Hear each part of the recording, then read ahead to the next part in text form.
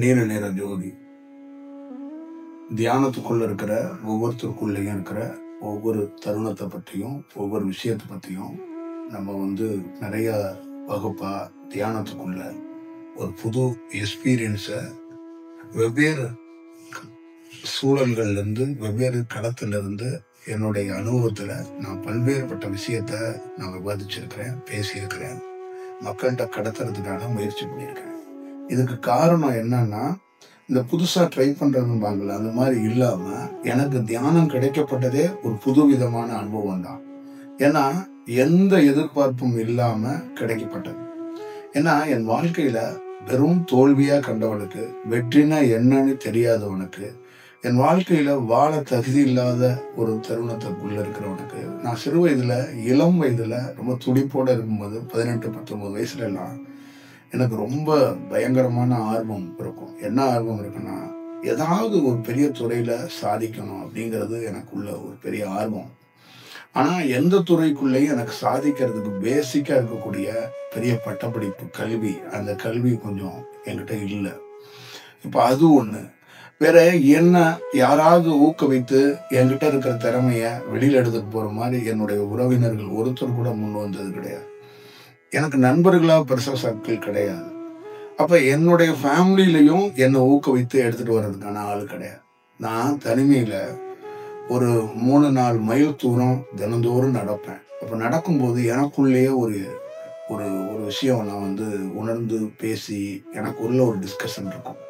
எப்படியாவது இந்த உலகத்துக்குள்ள ஏதாவது ஒரு துறையில நிச்சயமா ஒரு கோல் வச்சணும், ஒரு ஒரு பெரிய ஏதாவது ஒன்று செய்யணும் அப்படிங்கிறத என்னோட 17, 18 வயது, 19 வயது, 20 வயதுலாம் அதி தாக்கமா இருந்துச்சு. 24 வயதுலையும் அது பெரிய தீவிரமா இருந்துச்சு. இது எல்லாத்தையுமே என்னால சக்சஸ் பண்ண முடியல. எந்த இடத்துல எல்லா விஷயத்தையும் நான் அப்ளை பண்ணி பார்த்துட்டேன்.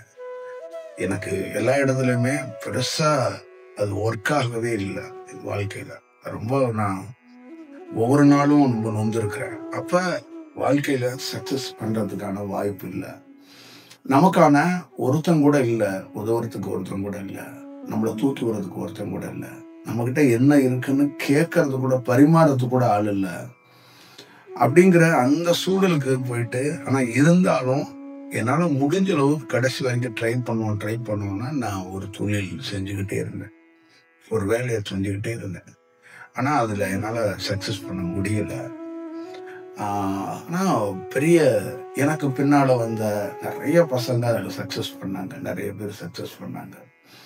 ஆனா நான் பேசப்பட்ட, நான் உருவாக்கப்பட்ட அந்த விஷயங்கள் எல்லாமே எந்த அறைகள்ல 4 நண்பர்களிடமோ 10 நண்பர்களிடமோ நான் அதை பத்தி டிஸ்கஷன் பண்ணும்போது அவங்க ரசிச்சு கொண்டாடிடுவாங்க.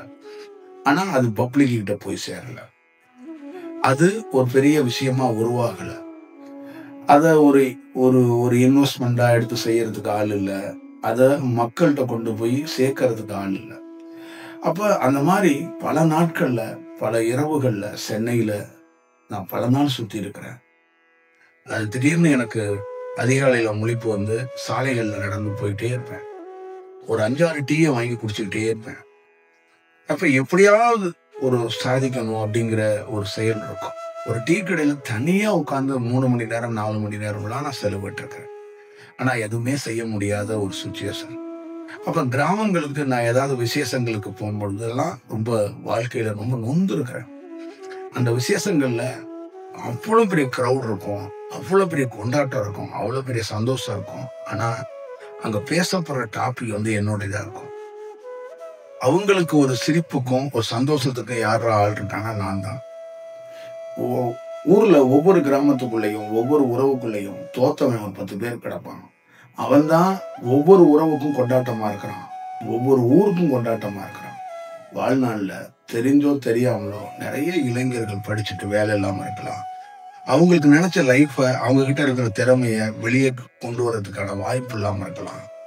ஒரு இல்லறத்துல இருக்கிற எத்தனையோ பெண்ணா இருக்கலாம், ஆணா இருக்கலாம், எத்தனையோ பேருக்குள்ள ஒரு நல்ல ஒரு சொல்லிக்க முடியாத உள்ளுக்குள்ள ஒரு பெரிய செயல் உள்ள இருக்கும்.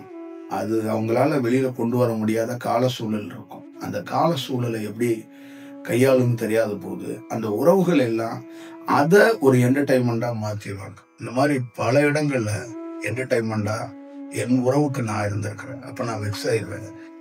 சென்னையில இருந்து கிராமத்துக்கு போறதுக்கு அந்த பேருந்துக்கு வர பணம் கூட ரொம்ப கஷ்டப்பட்டு ரெடி பண்ணி நண்பர்கள்ட்ட வாங்கிட்டு போய் அவங்க மற்றவங்களை ஒப்பிட்டு என்ன பேசுறதோ, என்ன பார்க்கிற விதமோ, என்கிட்ட நடந்துகிட்ட விதம்லாம் என்னை ரொம்ப காயப்படுத்திருச்சு.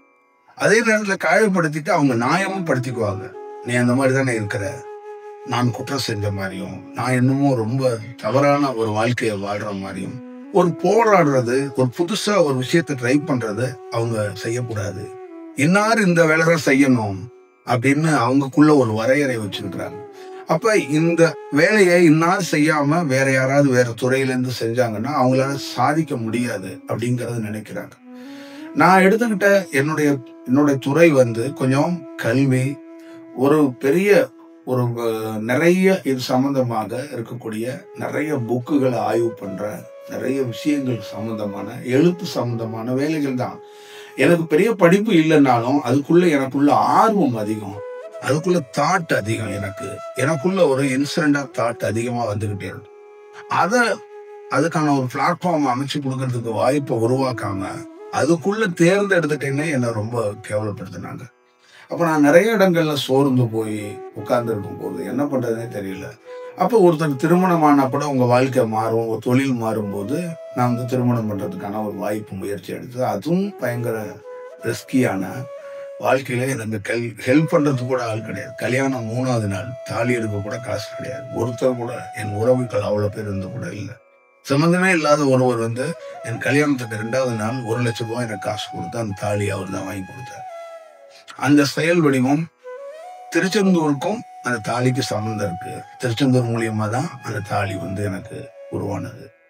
அப்ப அந்த இடத்துக்குள்ளயும் ஒரு பெரிய கஷ்டமான ஒரு சூழலையை நான் கையாண்டு திருமணம் பண்ணேன். திருமணம் பண்ணதுக்கு அப்புறம் என் வாழ்க்கையில பெரிய பெரிய சவால்களை நான் சந்திச்சேன். அங்கேயும் எனக்கு திருமண வாழ்க்கையிலும் பெரிய தோல்வியை சந்திச்சேன். பெரிய கஷ்டத்தை கொடுத்துச்சு. திருப்பியும் தொழில சக்சஸ் பண்ண முடியல. அப்ப சுத்தி இருக்கிறவங்க அத்தனை பேத்துக்குள்ளேயும் இவனை நம்பி பொண்ணு கொடுத்துட்டாங்க அப்படிங்கிற அந்த ஒரு சூழலுக்குள்ளேயும் நான் தள்ளப்பட்டுட்டேன். அப்ப அந்த ப்ரெஷர்ல நான் போயிட்டு இருக்கும்போது குழந்தை, எனக்கும் மனைவிக்கான குழந்தை வாய்ப்பும் தள்ளப்பட்ட போது அதுக்குள்ளேயும் நான் தான் ஃபேமிலிக்குள்ள பெரிய ஒரு டாபிக்கா இருந்துட்டேன். இப்ப அந்த சூழல்லையே என்னால சக்சஸ் பண்ண முடியாத ஒரு சூழல்ல ஒரு பெரிய விபத்தை சந்திச்சேன். அந்த விபத்துல நான் இறந்துருவேன், வாழ்க்கை அவ்வளவுதான் அப்படின்னு என் உறவுகள் எல்லாம் முடிவு பண்ண முடியும். அப்ப நான் ஒவ்வொரு முறையும் டிப்ரெஷன் ஆகும்போது என்ன நான் ரெடி பண்ணிக்கிறதுக்கு ரொம்ப போராட்டமா இருந்துச்சு. அப்ப அந்த விபத்து மொத்தமா என் வாழ்க்கைய கலைச்சிச்சு. அப்ப அடிப்படையா அந்த விபத்துக்குள்ள இருந்து நான் தெரிஞ்சுக்கிட்டது மருத்துவர்கள், என்னுடைய உறவு மட்டும் இல்ல, மருத்துவமனையும் மருத்துவர்களும் எனக்கு கொடுத்த ஒரு பாடம், ஒரு சூழல். அப்படி இருக்கும்போது அப்பதான் முதல் முறையா என் லைஃப்ல சித்தர்கள்னா என்ன, ஜீவசமாதினா என்ன, கோவில்னா அது கோவிலுக்குள்ள இருக்கிற செயல் என்ன, கடவுள்னா என்ன அப்படிங்கிறத நிஜமா ஒரு இடத்துல எல்லாத்தாலையும் புறக்கணிக்கப்பட்ட ஒருத்தன் தேடணும் அப்படிங்கிற அந்த ஒரு இன்சிடென்ட் எனக்கு வந்துச்சு. இதுக்கு மெயின் ரீசன் என்னுடைய மனைவி தான். ஒருவேளை எனக்கு திருமணம் ஆகலைன்னா நான் டிப்ரெஷன்லயே நான் மற்ற யாரு மாதிரி எதுக்காவது ஒரு விஷயத்துக்கு அடிக்ட் ஆகி கூட நான் இறந்திருக்கலாம், இல்ல ஒரு சூசைட் அட்டன் பண்ணிருக்கலாம். அப்ப என்னுடைய மனைவி எனக்குள்ள என்ன மாதிரி தெரிஞ்சாங்க அப்படின்னா, அவங்களுக்கு ஒரு பாதுகாப்பு கொடுக்கணும், அவங்கள வாழ வைக்கணும்லாம் எனக்கு தெரியல. இந்த பொண்ணு கொடுத்தீங்கன்னா இந்த பையன் தோத்துருவாரு அப்படின்னு நிறைய பேர் சொல்லி இருக்கிறாங்க. அப்ப அந்த பொண்ணோட அம்மா எனக்கு பொண்ணு கொடுத்தாங்க. அப்ப என்னை பொறுத்த அளவுக்கு அந்த பொண்ணோட அம்மாவும் அந்த பொண்ணும் தோத்துடக்கூடாது. அதுல எனக்கு உறுதியா அது ஒண்ணு. அந்த பொண்ணை நான் தூக்கிக்கிட்டு தோல்ல தூக்கிட்டு பாட்டு பாடணும், அந்த பொண்ணை அப்படியே பயங்கரமா பாத்துக்கணும், ராணி, அதெல்லாம் எனக்கு தோணல. நான் தோல்வியே சின்ன வயசுல இருந்து கண்டவன். என்னை நம்பி ஒரு பொண்ணு வந்திருக்கிறா, அவளும் தோத்துருவான்னு சொல்லிதான் என்கிட்ட கொடுத்துருக்குறாங்க. அப்ப அவங்க நினைச்ச மாதிரி தோத்துட்டாவா, இதை தோக்க விட்டுறக்கூடாது. கடைசி காலகட்டத்துக்கு நம்ம வந்துட்டோம். அந்த விபத்தை என்னை கடைசி காலகட்டமா மருத்துவமனையும் மருத்துவர்களும் என் உறவினர்கள் கிரியேட் பண்ணிட்டாங்க. ஆபரேஷன் பண்றதுக்கு கூட ஒரு காசு இல்லாத ஒரு சூழ்நிலை, ரொம்ப நெருக்கடியான, ரொம்ப வாழ்க்கையில எந்த மனிதனும் சந்திக்க முடியாத ஒரு கொடூரமான சூழலுக்கு நான் தள்ளப்பட்டேன். என்னுடைய இடத்துல இருந்து ஒருத்தர் திரும்பி ரீஎன்ட்ரி கொடுக்கறது திருப்பி வர முடியுமானா கற்பனையில வேணா வரலாம், நிஜத்துல வர்றதுக்கான வாய்ப்புகள் சாத்தியமே இல்லை. செத்து போனவன புதைச்சிட்டீங்க, மண்ணுல இருந்து ஒருத்தன் எப்படி புதைஞ்சு திருப்பி எப்படி குழியில இருந்து எந்திரிச்சு வருவான்? இன்னும் வர முடியாது. அந்த மாதிரி என்ன புதைக்கப்பட்டவன் இடத்துல இருந்து நான் திருப்பி வர்றதுங்கிறது சாத்தியமே இல்லை.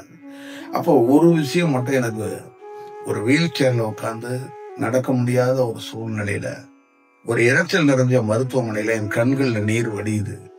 அப்ப நான் யோசிச்சது, இந்த பொண்ணை நல்லா வச்சுக்க போறோம், நல்லா வச்சுக்கலாம் தாண்டி இந்த பொண்ணை ஜெயிக்க வைக்கணும். ஒரு சரியான நபருக்கு தான் பொண்ணு கொடுத்துருக்காங்க அப்படிங்கிறதுக்காக நம்ம வாழணும், நம்ம நிக்கணும்டா அப்படின்னு நினைச்சிட்டு கவர்மெண்ட் ஹாஸ்பிட்டல்ல எனக்கு அந்த மருத்துவம் சரியான தாமதம் ஆயிட்டே இருந்துச்சு. அதுக்கு ரீசன் நிறைய. என் உடலுக்குள்ள அவங்களுக்குள்ள ஒரு பயம் இருந்துச்சு, அந்த ஆபரேஷன் எப்படி கையாளுறது அப்படின்னு. அப்ப அந்த இடத்துக்குள்ள அங்கேயும் நான் ஒரு புதுசா ஒரு அட்டம் பண்ணேன். காலு கீழே, பாதத்துக்கு கீழே கட்டாயி தூங்குது.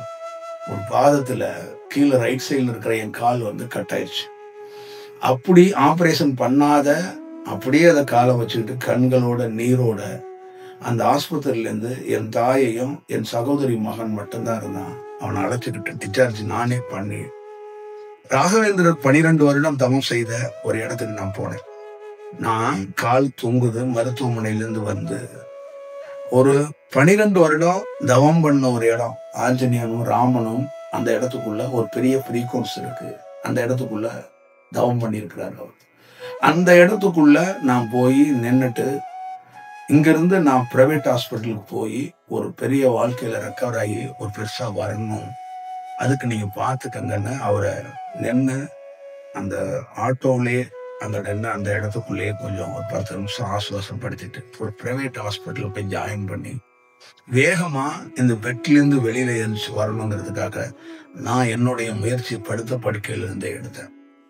அப்ப அந்த இடத்துக்குள்ள இருந்து என் வாழ்க்கையில நிறைய அந்த ஆஸ்பத்திரியில நான் நினைச்ச மாதிரியே ஆபரேஷன் முடிஞ்சு ட்ரீட்மெண்ட்டுக்குள்ள வெளியில திருப்பியும் அந்த ரெக்கவர் ஆகுறதுக்கு ரொம்ப கஷ்டப்பட்டேன். கூட என் மனைவி என் தாயாரும் இருந்து என்னை ஒரு 9 மாதம் என்னை பாதுகாத்தாங்க. அந்த 9 மாதம் கழிச்சு நிறைய நான் அந்த இறைய தேடுறதுக்கான பணியை தொடங்கிட்டேன். ஏன்னா மனிதர்கள் ஒட்டுமொத்தமா எனக்கு மனிதர்கள் எப்படி இருக்குன்னா, ஒரு மானுக்கும் சிங்கத்துக்கும் ஒரு எப்படி இருக்கும், நல் உறவு இருக்குமா அப்படின்னா நீங்க பாத்துக்கங்க.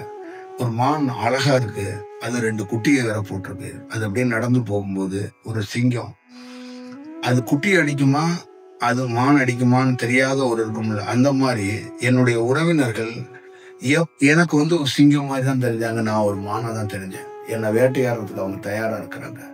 ஒட்டுமொத்தமான ஒரு ஸ்டேத்துல மனித குலமே என்னை வேட்டையாட தயாரா இருக்குன்னு தெரிஞ்சுக்கிட்டேன். நான் நம்ப முடியாத, என்னை பாதுகாக்கணும், சிங்கம் மாதிரி ஒரு சிங்கம் இல்ல பல சிங்கங்கள் நம்மளை வேட்டையாட தயாரா இருக்கு. ஒரு நாள் சாவு நிச்சயம், ஆனா நம்ம வாழ்ந்தே ஆகணும். அதுக்கு ஒரே ஒருத்தர் யாரா இருக்கான்னா கடவுள்னு ஒருத்தர் இருக்கிறான். நம்ம இத்தனை நாள் எவ்வளவு கோயில்கள் போயிருக்கோம், எல்லாம் போயிருக்கோம்.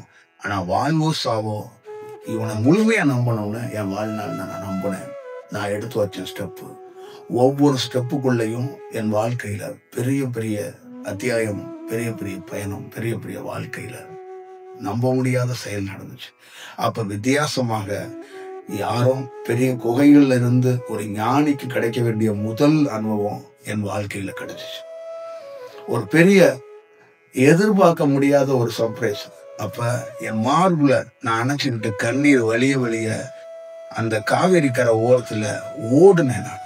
ஏன்னா வாழ்க்கையில ஜெயிச்சுட்டோண்டா. என்னன்னா அந்த தியானம் வந்த போது எனக்கு என்ன ஃபீல் இருந்துச்சுன்னா, தோக்க மாட்டேன், அந்த சோகம் ஓடி போச்சு, பலவீனம் ஓடி போச்சு, எல்லாம் ஓடி போச்சு. அப்ப தோல்வி உன் வாழ்க்கையில இல்லை. எந்த இடத்துக்கு முன்னாடி வேட்டையாடப்படுவோம்னு நினைச்சோமோ அந்த இடத்துல சாதிப்போங்கிறதுக்கு எனக்கு ஒரு பெரிய நம்பிக்கையை அந்த தியானம் ஏற்படுத்தி கொடுத்துச்சு. நம்பவே முடியாத என் வாழ்க்கையில நான் இந்த மாதிரி பார்த்ததே கிடையாது. என் வாழ்க்கையில முதல் முறையாக என் தாய் என்னை சிரிக்க வச்சதில்லை, என் தகப்பனார் என்னை சிரிக்க வச்சதில்லை, என் ஆசிரியர் என்னை சிரிக்க வச்சதில்லை, எந்த புத்தகமும் என்னை சிரிக்க வச்சதில்லை. எனக்கு ஒரு பெரிய நம்பிக்கைய என் தாயோட தாய் தான் என்னை மார்புல போட்டு வளர்த்தாங்க. அதுக்கப்புறம் என்னோட நண்பர்களோ எதுவுமே என்னை சிரிக்க வச்சு, என்னை முதல் முறையாக சிரிக்கவும் சந்தோஷத்தையும் என்னை ஆழ்த்தியது என்னுடைய தியானம்.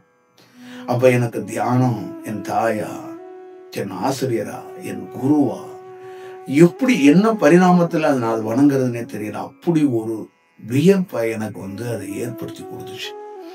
அப்ப என்னுடைய வாழ்க்கையை நான் தொடர்ந்து இந்த தியானத்துக்குள்ள மேற்கொள்ளும் போது வேற ஒரு தருணத்தை நான் வேற ஒரு செயல்ல இருந்தேன். சவால்கள் நிறைய இருந்தாலும், ஆனா யாரும் இந்த தியானத்துக்குள்ள எத்தனையோ இடங்கள்ல நான் புத்தகங்கள்ல பாக்குற எல்லாத்தையும் தாண்டி என் உடல்ல நடக்கிற பருவ மாற்றம் என்டையர் டிஃப்ரெண்டா இருக்கும், வேற மாதிரி வடிவத்துல இருக்கும். அப்ப ஒரு புது பரிணாமம், புது செயல் வடிவம் எனக்குள்ள அது தென்பட்டு கொண்டே இருந்துச்சு. ஒரு பரிணாம வளர்ச்சிய, அதி தீவிரமான வளர்ச்சிய என்னால பார்க்க முடிஞ்சிச்சு. ரொம்ப ஆச்சரியத்தை ஏற்படுத்திருச்சு. யாருக்கும் அலட்டிக்காம, எந்த வியப்பும் இல்லாம, இந்த பிரிச்சுவலா நீங்க இறைவனா ஒரு மகிமைன்னு சொல்லுவாங்க, அந்த மாதிரி மகிமையா பெருசா இல்லாம, அலட்டாம, கண்ணீர் இருக்கும், சோகம் இருக்கும், கஷ்டம் இருக்கும், ஆனா வேற மாதிரியான ஒரு தியானம் இருக்கும். அது லைஃப்ல ஒவ்வொரு நாளும் எப்படி இருக்கும்னா, நமக்கு அழுவ வரும், கஷ்டம் இருக்கும். ஆனா இந்த தியானம் என்ன பண்ணு, நமக்கு அப்படி நடக்குது அப்படின்னு ஒண்ணு இருக்கும். நம்மளா இப்படி உடல்ல இப்படி பருவ மாற்றம், அந்த காட்சியை பார்க்கிறோம், இப்படி ஒரு ஃபீல் உணர்றோம் அப்படிங்கிறது ஒண்ணு இருக்கும். அப்ப தியானம் எனக்கு என்னன்னா, நான் ஒரு சிறு வயதுல இருந்து ஒரு அட்டம் பண்ணணும்னு நினைச்சேன்ல, அது என் தியானம் அட்டம் பண்றதை பார்த்துட்டு என்ன மாதிரியே ஒருத்தன் ஒரு வேலை செய்யறானே அப்படிங்கிறது எனக்கு பிடிச்சி போச்சு. நான் நேசிச்சது, நான் ரொம்ப விரும்பினது யாருன்னா என்னுடைய தியானத்தை. எனக்கு சம்மந்தம் இல்லாம எனக்கா நடக்குது இப்படி அப்படிங்கிற ஒரு விஷயம் ஆச்சு. அப்ப எனக்குள்ள ஒரு செல்ஃப் ரியலைசேஷனா என்ன நடந்துச்சுன்னா, என் உறவினர்கள்ட்ட, என் நண்பர்கள்ட்ட இருக்கிற பழக்க வழக்கங்கள் எல்லாத்தையும் நான் ஸ்டாப் பண்ணிக்கிட்டேன். என்னுடைய ஒட்டுமொத்தமான எனக்கு க்ளோஸா, எனக்கு உயிரா இருந்த சிறு வயதுல இருந்து இந்த உறவினர்கள், நண்பர்கள் எல்லாத்துக்கிட்டமே அப்படியே ஒரு ஸ்டாப் பண்ணிட்டேன். எல்லாத்தையுமே ஒரு ஸ்வீட் பிரேக்கர் மாதிரி நிறுத்திட்டேன். ரொம்ப டிஸ்டன்ஸ் மெயின்டைன் பண்ண ஆரம்பிச்சுட்டு, அவங்க கூடலாம் எல்லாத்துக்குள்ளேயும் ஒரு சம்பிரதாயத்து கூட சில விஷயத்த ஃபோன் பண்ணி பேசுறதோ, எஸ்எம்எஸ் பண்றதோ, இந்த மாதிரி எந்த வேலையும் இல்லாத ஒரு வேலையும் பண்ணிக்கிட்டு இந்த தியானத்துக்குள்ளேயே முழுமையாக போக ஆரம்பிச்சுட்டேன். அவங்கள பொறுத்தளவுக்கு அங்கேயும் என்னோட டாபிக் என்னன்னா, வாழ்க்கையில தொழில தோற்கப்படுறதுனால அவன் சாமியாரா போயிட்டான், சாமியாரை தேடுறான், இவன் சாமியார் கோயிலுக்கு போய் கல்யாணம் பண்ணி கொடுத்துட்டாங்க, என்னத்தான் இவன் போய் சாமியாரா இருந்து என்ன சாதிக்க போறான் இப்படின்னு என் மனைவி, என் குழந்தைங்க, என்னுடைய பெண் கொடுத்த என்னுடைய பெண்ணுடைய அம்மா, அவங்க பெண்ணோட அம்மாவுக்கு, உறவினர்களுக்கு பெரிய பலவீனத்தை அந்த பக்கமும் ஏற்படுத்தினாங்க. ஆனா ஒரு இடத்துல கூட நான் அதை பத்தி கவலைப்படலை, அதை பத்தி யோசிக்கல. ஏன்னா என்னுடைய வாழ்க்கையில இந்த தியானம் என்ன ஒரு பெரிய உயர்ந்த இடத்துக்கு கூட்டிட்டு போகும் அப்படிங்கிற ஒரு அசைக்க முடியாத நம்பிக்கையில தான் நான் பயணிச்சேன். அது பெரிய பெரிய மாற்றத்தை நான் சந்திச்சேன். பெரிய விஷயங்கள் அதுக்குள்ள நடந்துச்சு. இதுக்குள்ள உங்களுக்கு முக்கியமா நான் சொல்றது எது நினைக்கிறேன்னா, இந்த புது அனுபவங்கள்ல நான் மக்கள்கிட்ட வெவ்வேறு வடிவத்துல சொல்றதுக்கு காரணம், நான் அப்படியாப்பட்ட எக்ஸ்பீரியன்ஸை நான் அடைஞ்சிருக்கேன். என் வாழ்க்கையை சுத்தி ஒரு பெரிய கலவரம் இருக்கிற இடத்துல நடுவுல ஒரு பூ பூக்கும். நீங்க கதையில தான் படிச்சிருப்பீங்க. ஒரு அக்னி காட்டுல ஒரு மலர் மலர்றது ரொம்ப கஷ்டம். நான் ஒரு அக்னி தான். அக்னி காட்டுல மலர்ந்த மலர் தான் எனக்குள்ள நடந்த தியானம். எனக்குள்ள பெரிய வியர்ப்பு தான். பெரிய அறிஞர்கள், பெரிய விஞ்ஞானிகள், பெரிய பெரிய ஆசிரமம் வச்சுக்கிட்டு 1000 கோடி 500 கோடி வச்சு ஒரு ட்ரஸ்டா அமைப்பா வச்சுக்கிட்டு அவங்களுக்குள்ள நிகழ்த்த முடியாத தியானத்தை ஒரு சாதாரண மரத்தடியிலையும், சாதாரண ஒத்தையடி பாதையிலையும், ஒரு பிளாட்ஃபார்ம்லையும் உட்கார்ந்து ஒரு ஞானிகள் கிடைக்க வேண்டிய தவத்தை நமக்கு இறைவன் கொடுத்திருக்கிறான் அப்படிங்கிறது பெரிய வியப்பா இருந்துச்சு. ஆனா எல்லாருக்குள்ளேயும் ஒரே ஒரு விஷயம் என்னன்னா, அது வெவ்வேறு வடிவத்துல நான் பேசுறேன், வெவ்வேறு வடிவத்துல மக்கள்கிட்ட கொடுக்க நினைக்கிறேன். மக்களை எப்படி நினைக்கிறேன்னா, அவங்கள ஒரு ஒரு தன்னம்பிக்கையோட எடுத்துட்டு வரணும் அப்படிங்கிறதுக்காக தான் எல்லா ஸ்டூடெண்ட்டையும் வயசு வித்தியாசம் பார்க்காம, என்கிட்ட வர்றதுல 50 வயதுல 55 வயசுல வர்றவங்கள்ட்ட கூட 17 வயசு ஆட்கள் மாதிரி தான் அவங்களை நான் அணுகிறேன். அவங்கள எந்த இடத்துலையும் குறைத்து மதிப்பிட்டுறாங்க.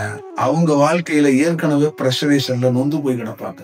அவங்களையும் தட்டி கொடுத்து ஏதாவது ஒரு விதத்துல அவங்களுக்கு நாம ஒரு பாதுகாவலனா மட்டும் இல்லாம ஒரு எந்த இடத்துலயாவது அவங்க கையை பிடிச்சுக்கிட்டு நடக்கிறதுக்கான ஒரு வெளிச்சமா இருப்போம் அப்படின்னு நான் நிறைய இடங்கள்ல நினைக்கிறேன்.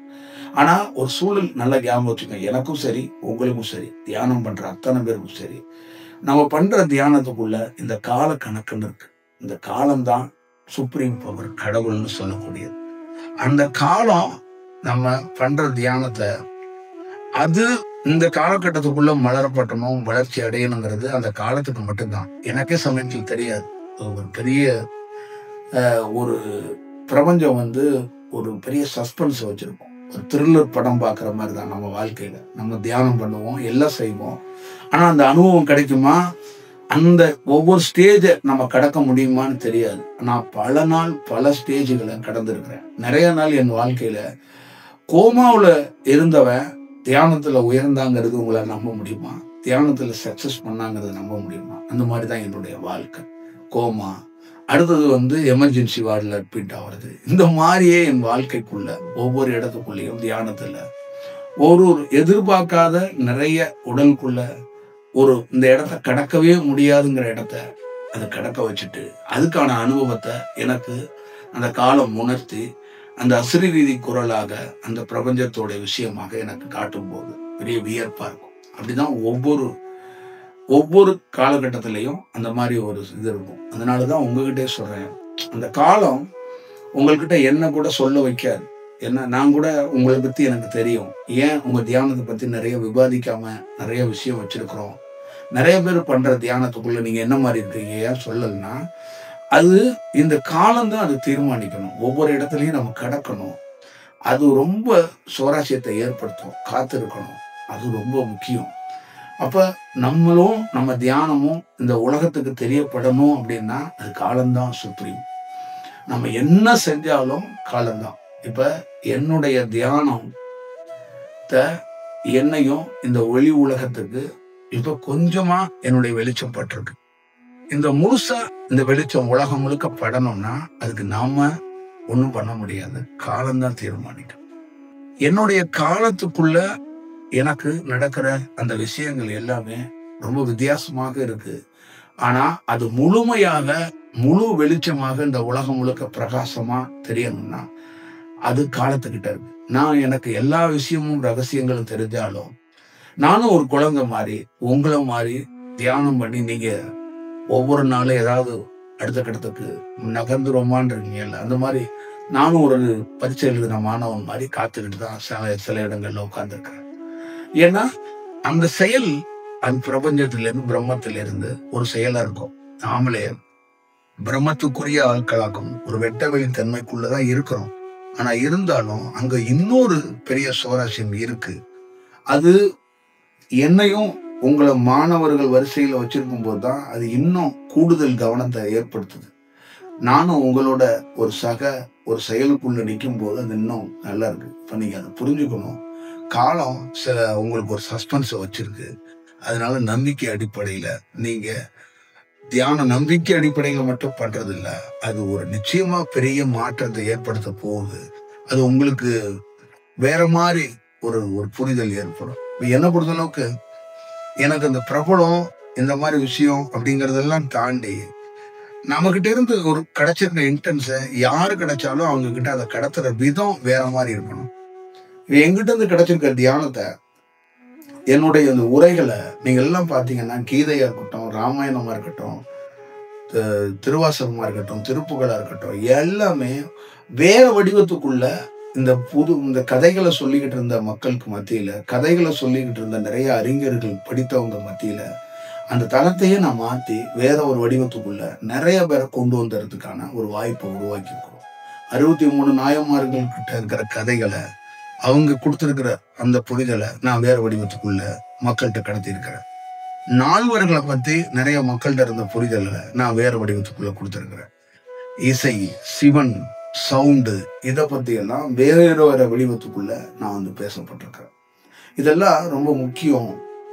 இதெல்லாம் மக்கள்கிட்ட வெவ்வேறு தருணத்துல கொடுத்திருக்கிறேன். அதனாலதான் என்கிட்ட ஆட்கள் கம்மியா தான் என்ன பின்தொடர்றாங்க. அந்த ஆட்கள் கம்மியா இருக்கிறவங்க கூட ஒரு வியப்பு கண்டிப்பா இருக்கும். ஏன்னா இந்த மாதிரி ஒரு வியூல இருந்து பார்க்கறதுக்கான வாய்ப்பு ரொம்ப குறைவு. ஏன்னா அந்த மாதிரி வியூல இருந்து நான் பார்க்கல, எனக்கு அந்த வாய்ப்பு உருவாக்கப்பட்டிருக்கு.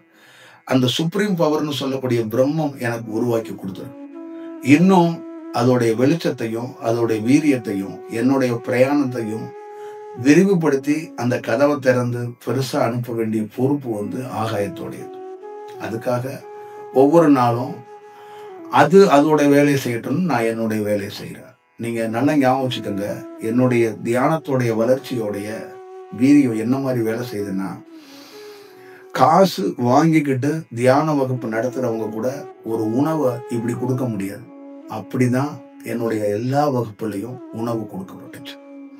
அந்த உணவு வெறும் உணவா இல்லாம அதுவே கடவுளாக, இறைவனாக, தியானமாகத்தான் நான் உணவு கொடுத்தேன். இலவசங்கிற பொருள் மேல மக்கள்கிட்ட எப்பயுமே ஒரு குறைபாடு இருக்கு. அது அரசாங்கம் கொடுத்தாலும் சரி இலவசம், அது எந்த விஷயம் இலவசமாக இருந்தாலும் சரி, அந்த இலவசங்கிறதுக்குள்ள எப்பயுமே மக்கள்கிட்ட குறைபாடு இருக்கு, ஐயப்பாடு இருக்கு, அது கவன குறைவா இருக்கு. நிறைய பேர் பழக்க வழக்கத்திலே கொண்டாண்டாங்க. நீங்க ஃப்ரீயா பண்ணா உங்களை மதிக்க மாட்டாங்க, அந்த கலையை உதாசனப்படுத்திடுவாங்க, அப்படி இப்படின்னு ஒரு கதை சொல்லிக்கிட்டே இருப்பாங்க. அதனால கொஞ்சமாச்சும் நீங்க குரு தட்சிணை மாதிரி ஏதாவது வாங்கணும், அதை செய்யணும், இதை செய்யணும். நான் இதெல்லாம் இந்த பேச்சு வழக்குல இருக்கிற செயல் எல்லாத்தையும் ஒழிக்கப்படணும். இதெல்லாம் கிடையாது. ஒரு தந்தைக்கும் ஒரு மகனுக்குள்ள காசு பணத்தால ஒரு பெரிய பாண்டிங்கை உருவாக்க முடியாது. ஒரு கணவனுக்கும் மனைவிக்குள்ள வெறும் காசுனாலதான் அவங்க வாழ்க்கை சிரிக்குதுன்னா அதை நான் ஒரு பொழுது நம்ப மாட்டேன். வெறும் காசு பணத்தினாலதான் ஒரு மனைவியை சந்தோஷப்படுத்த முடியும்னு ஒரு கணவன் நினைச்சானா அது முட்டாள்தனம்னு நினைக்கக்கூடிய ஆளுனா அது இல்லை அப்படிங்கிறதுல உறுதியா இருக்கிறவன். அப்ப இந்த தியானத்துக்குள்ள உண்மையா எந்த தட்சணையோ எந்த பணமோ எந்த பீஸோ தேவை கிடையாது.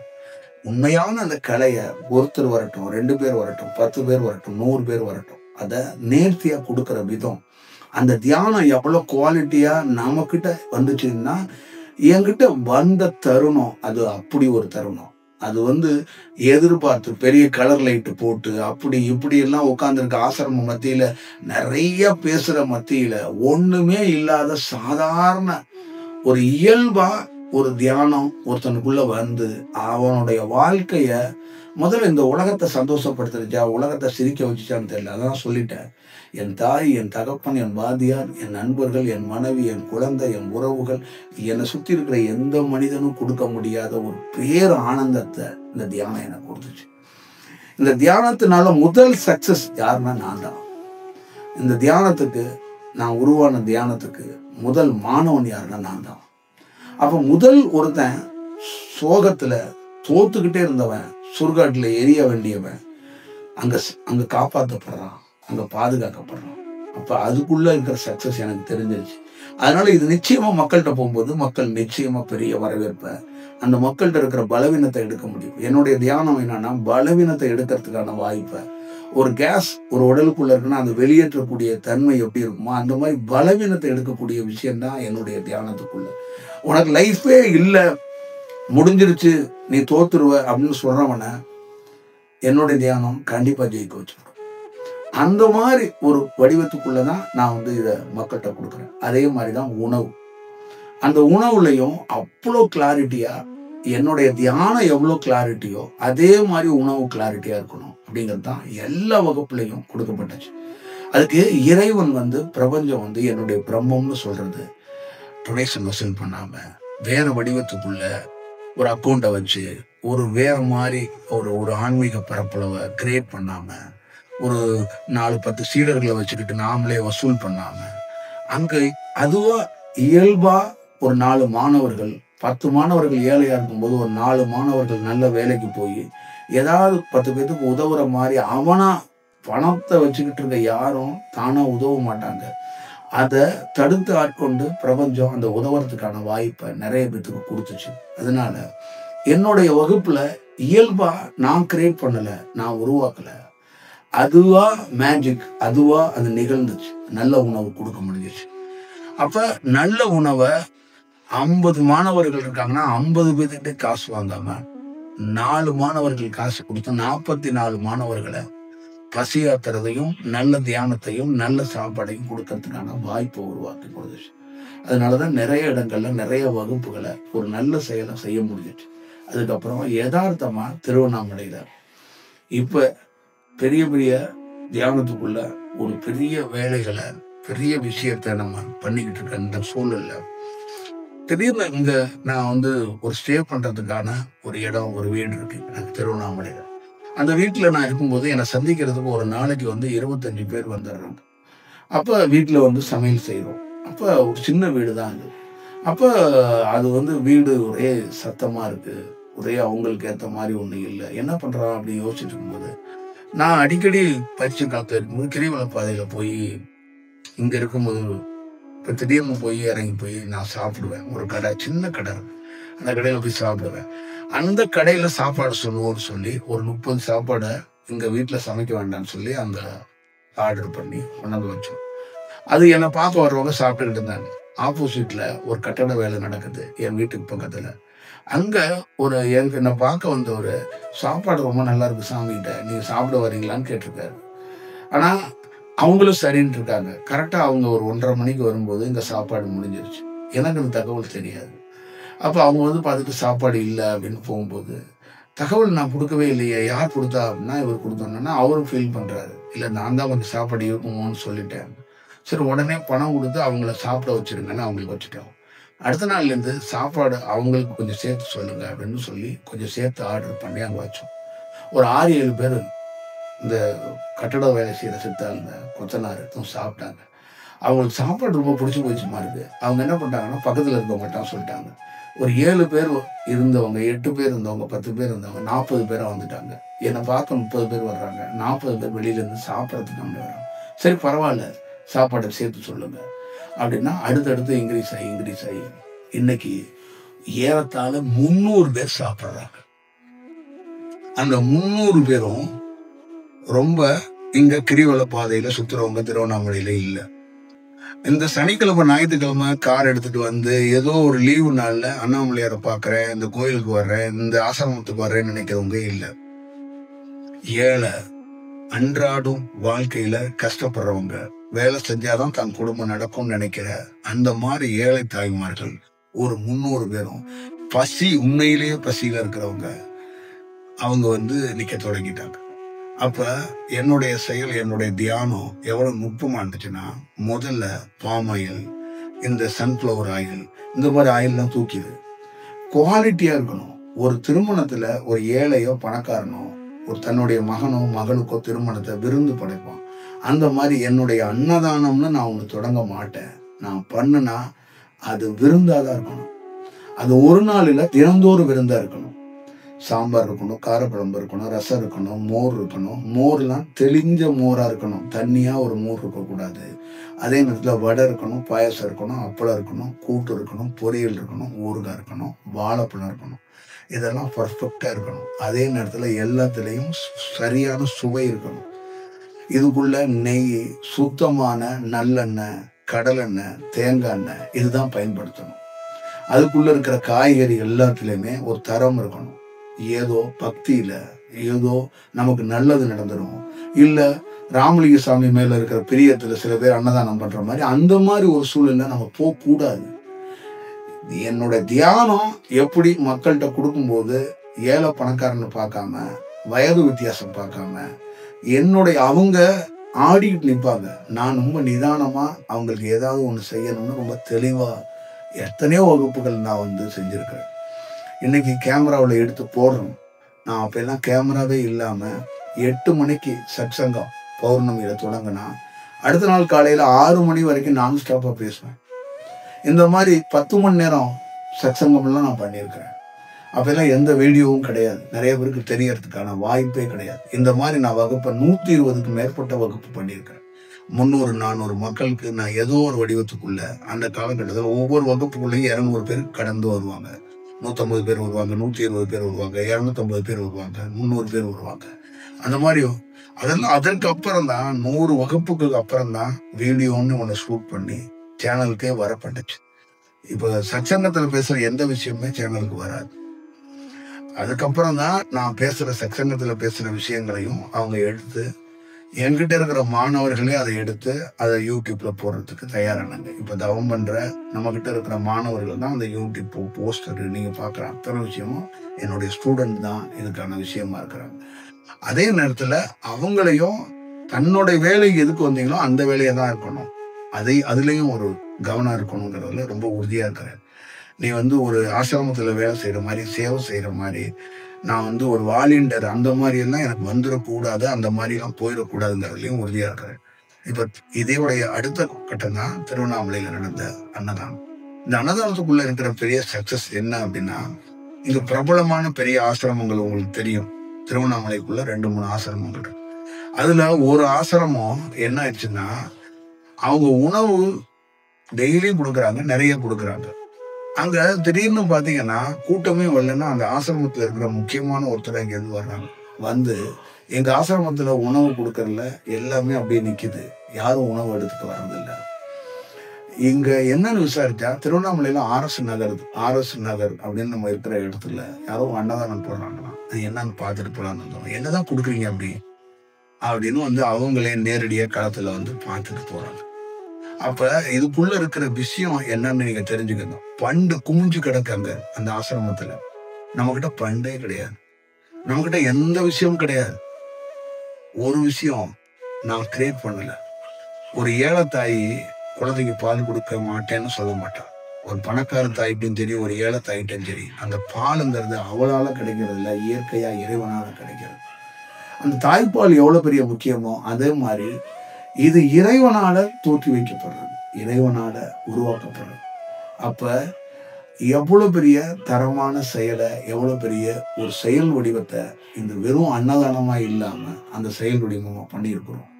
அப்ப 300க்கும் மேற்பட்டவங்க பசி அறிந்து, சுவையும் இருக்கு, அதுல பசியா அவங்க ஆறி ஒரு பெரிய வேலையை செய்யறாங்க.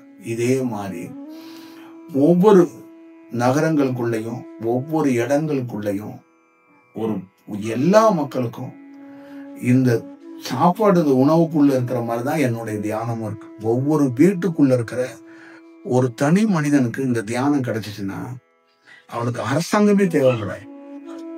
என்னுடைய தியானம்னு ஒருத்தனுக்குள்ள ஒரு வீட்டுக்குள்ள பூந்துருச்சுன்னா அவன் கவுன்சிலர் தேட மாட்டான், பிரசிடண்ட்டை தேட மாட்டான், எம்எல்ஏ தேட மாட்டான், எம்பியை தேட மாட்டான், மந்திரியை தேட மாட்டான். அவனுக்கு தேவையானதை அவனே பண்ணிக்கும். அதுதான் இந்த தியானத்துக்குள்ள இருக்கிற ஒரு பெரிய செயல், இந்த வடிவம். அதனால நிச்சயமா இந்த காலம், இந்த நேரம் ஒரு பெரிய ஒரு செயலை உருவாக்கும்.